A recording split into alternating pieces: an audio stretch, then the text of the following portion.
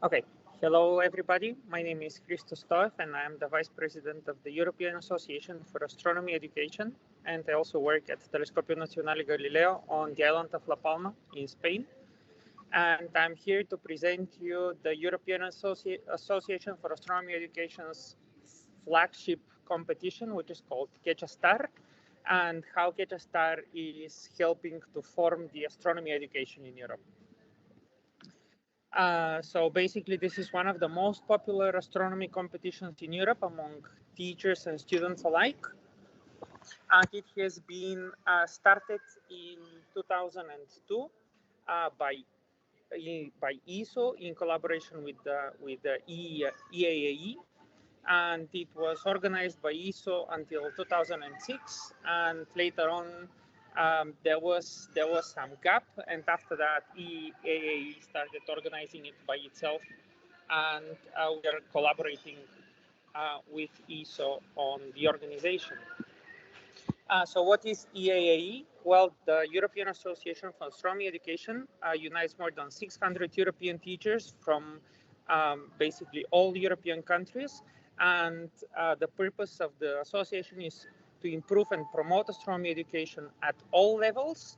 And the aims, as just written here, taken from the agreements of the foundation of the association, is to promote a greater interest in and awareness of the role of the astronomy education, also to increase the effectiveness of the European astronomy education at all levels through research and the exchange of information and experience. Another aim is to be a responsible body that is able to provide informed and authoritative advice on coordinated astronomy education in Europe. And last but not least, to encourage, as deemed appropriate by its members, the development of resources for teaching of astronomy. In order to achieve these aims, the association acts in the following ways. On one way, it promotes the cooperation between the European associators through giving out to them a network of information where they can share astronomy resources and teaching materials. They can also promote training of teachers in astronomy education. We arrange special activities for those that are studying astronomy and develop astronomy courses that can be used by pupils, by students and adults in European education establishments. And the main activities of the association with which it achieves its aims are the astronomy summer schools for teachers that have been suspended for a few years now, on one hand because of COVID, and on the other hand due to some lack of funding that we are having. On another hand, this is the observational astronomical projects that we promote, the European ChechaStar competition, and also other educational programs that we jointly execute with ESO, ESA, and other educational organizations such as NASE that you just heard about in the previous two talks. EAAE currently has about 5 projects, and this year we ran 3 of those projects. We ran the ChechaStar project, the SpaceR project, and currently we have just started the Moonwalkers project, and it is going to be ongoing until the beginning of November. So if there are interested people in the audience, they can just go to the webpage and see what the project is all about and how they can participate. But in the past, we have also been having projects that are repeating the Eratosthenes, the Eratosthenes experiment, also projects related to sundials and the movement of the sun. So as I said, the ChechaStar competition started in 2002, organized by ESO and EAAE. And in the first edition of this competition, there were 134 projects that took part. About 30 of those were from Bulgaria, and then less than half of it were from the second most represented country, that I think that was France.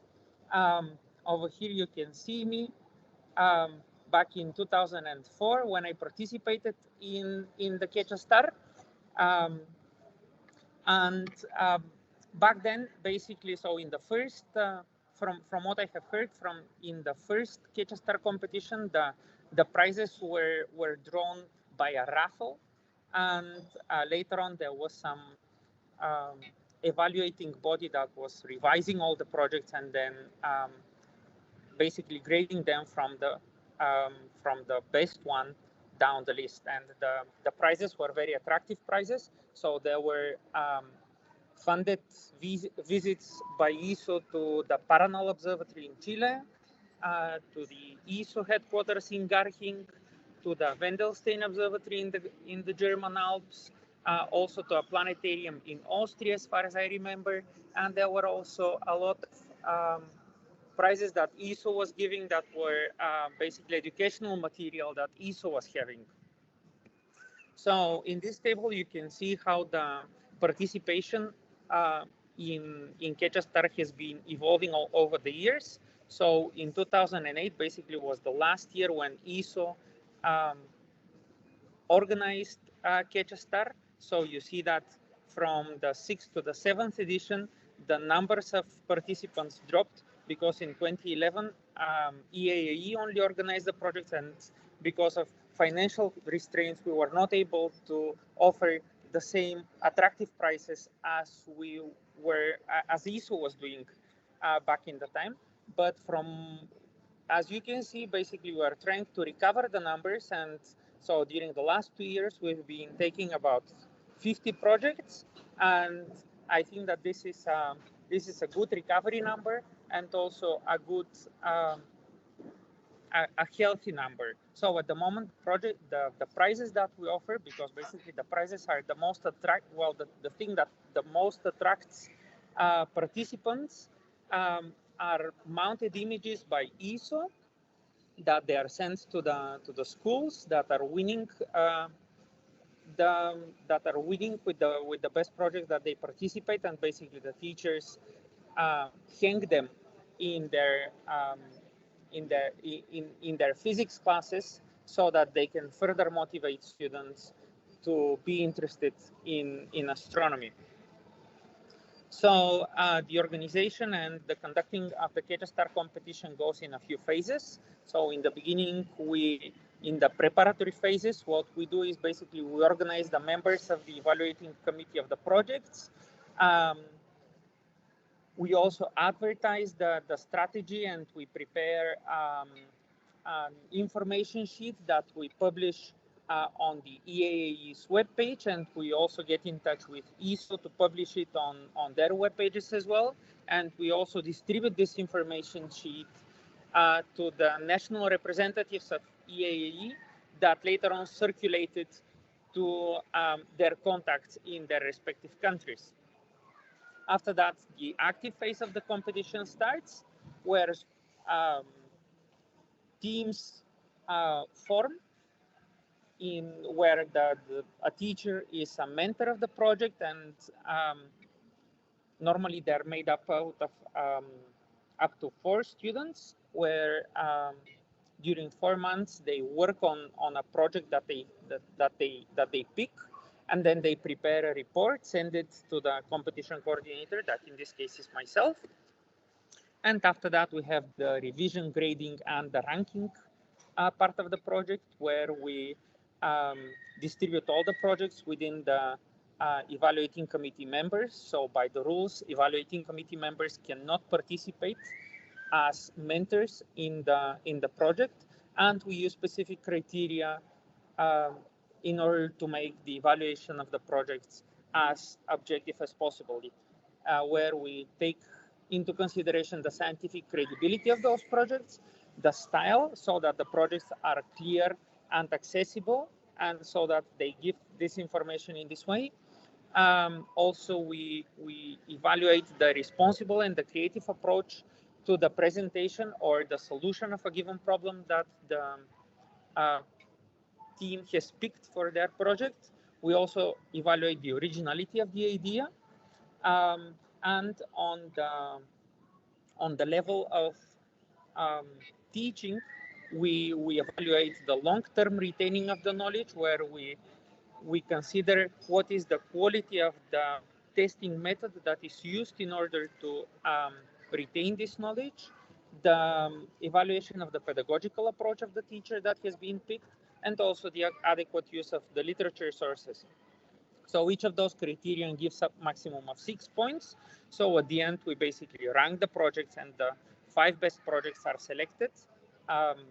Only 5 because we have an agreement with ESO to give us 5 mounted images. So last year we also had an external collaboration from a town hall in Bulgaria, where they gave us a small telescope. And since it was a very small telescope, we decided to give it to the best young project. And I think that it was won by a team of students aged at around 11. So they were very excited to get a small telescope for their physics class. Christo, 3 minutes. Thank you. So as I mentioned, the winning projects are getting those mounted images. So they're maybe about 90 centimeters by 40 centimeters in size. So they're visually very attractive. Additionally, the best teams are also given the opportunity to talk to professional astronomers or to carry out a remote observation with professional telescopes. This year, we also decided to introduce a prize for the best non-European project, where it was won by the American College in Guatemala. And basically, due to financial limitations, their prize was basically a talk to a professional astronomer, and they also got a virtual visit to one of the telescopes on Roque de los Muchachos. So an important part of the Catch a Star project is a curated library with the best past Catch a Star winning projects that EAAE offers on its webpage. And basically, they can be accessed for free, and they can be used by the physics and astronomy teachers from the 5th to the 12th grades. And teachers know that they are created by students, and that they have a high pedagogical value for them. And just to conclude, I'd like to say that Catch a Star is a European competition that motivates and provokes interest in astronomy in students. And this year we had a closing event that we held for the first time. That was basically an online conference, more or less just like this one, where the winning teams presented their results and their projects, and basically it encouraged them and recognizes their achievement, so that it encourages them to further participate in other Catch a Star editions, and to keep their interest in astronomy and science in general. And with this, I finish my presentation, and I am taking any questions if there are any. Thanks a lot, Christo, for your great presentation. And we see in the room if there is any question on the room. Attendees on the room. Questions online, no? Then I make a question. Perhaps you said, but I missed, about the topics of the projects that the students propose. Is there total freedom for those projects, or there are some constraints?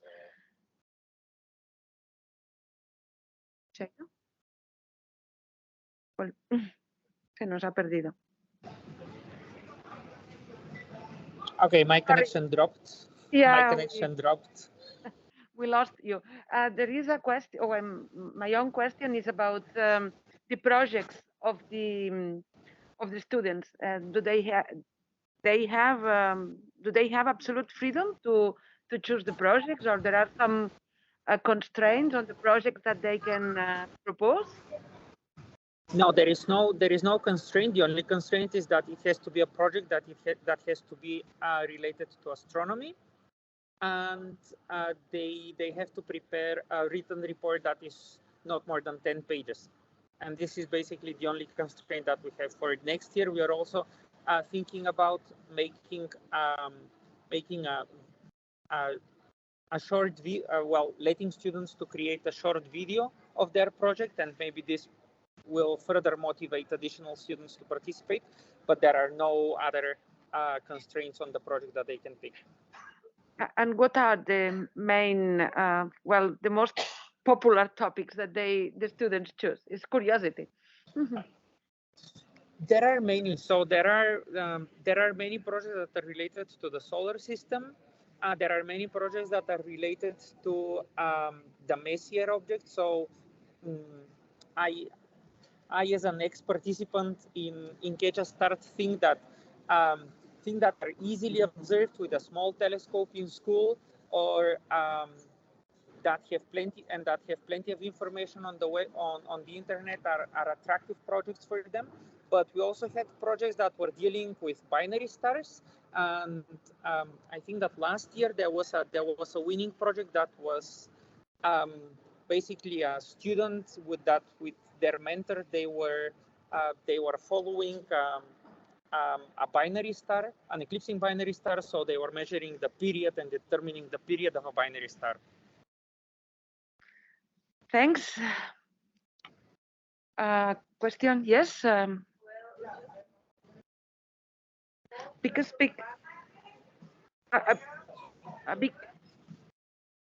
Do you, Christo? Do you hear her? Maybe Carmen, you can repeat the question. Yeah. Because she is in the back of the room. First of all, pozdravi od Varna.